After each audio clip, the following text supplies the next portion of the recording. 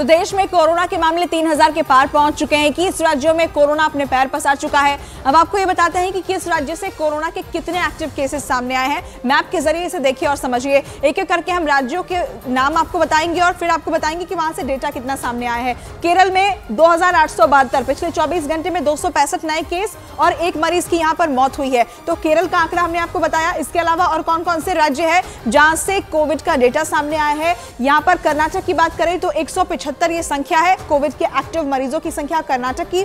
और इसके साथ ही एक एक करके हम अलग अलग राज्यों का डेटा आपको दिखा रहे हैं। तमिलनाडु में 117 यहां पर जो कोविड मरीज हैं वो अब तक सामने आ चुके हैं। महाराष्ट्र में 68 कोविड के केसेस मिले हैं। गुजरात में ये संख्या 44 हो जाती है। इसके अलावा आप देखिए कि यहाँ पुडुचेरी में 31 है, तेलंगाना में 27 है। अलग अलग राज्यों से आप देखिए गोवा में भी 24 है। और यही आप देख सकते हैं कि पूरे देश में पंजाब, उत्तर प्रदेश, दिल्ली हर जगह से कोविड के मामले सामने आ रहे हैं।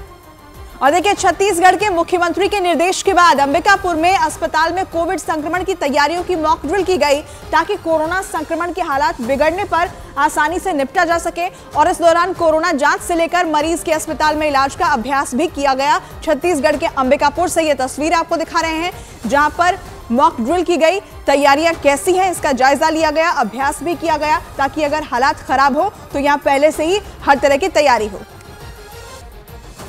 और दुनिया भर के कई देश कोरोना की चपेट में हैं और हर गुजरते दिन के साथ कोरोना के मामले बढ़ते जा रहे हैं। ऐसे में थोड़ी सी सावधानी आपके और आपके परिवार को बचा सकती है। कैसे बचा सकती है उसे जल्दी से आप यहाँ पर समझिए। देखिए, सर्दी, खांसी, बुखार होने पर आप सीधे जाकर डॉक्टर की सलाह लें।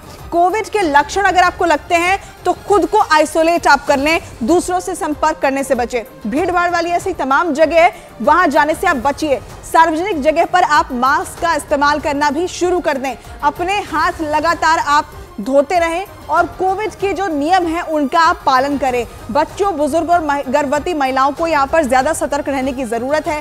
साथ ही जो डायबिटीज और कैंसर जैसे मरीज हैं उनका विशेष ध्यान रखने की भी यहाँ पर जरूरत है। अब देखिए, देश के कई राज्यों में कोरोना के मामले बढ़ने पर पंजाब में अस्पताल अलर्ट मोड पर आ चुके हैं। अमृतसर में कोविड के हालात से निपटने के लिए अस्पतालों ने तैयारियां पूरी कर ली हैं ताकि राज्य में कोरोना की स्थिति को बिगड़ने से पहले ही रोका जा सके। तो पंजाब, अमृतसर से तस्वीर आपको दिखा रहे हैं जहां पर तैयारियां पूरी कर ली गई हैं। जिस तरीके से केसेस बढ़ रहे हैं ऐसे में अस्पतालों को खास निर्देश जारी कर दिए गए हैं और तैयारियां भी वहां पुख्ता कर ली जा रही है।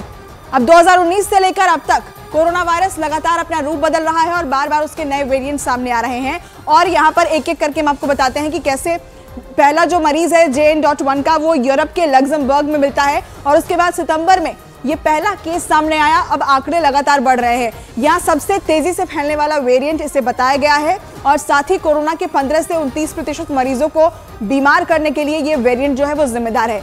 चीन और ब्रिटेन में भी ये फैलना शुरू हो चुका है। WHO ने हालांकि वैक्सीन को इस पर कारगर बताया है, यानी अगर वैक्सीन आपने लगवाई है तो ये इस पर काम जरूर करेगा। ये जो JN.1 वेरिएंट है उस पर कोरोना की वैक्सीन काम कर रही है, ये जानकारी WHO ने दी।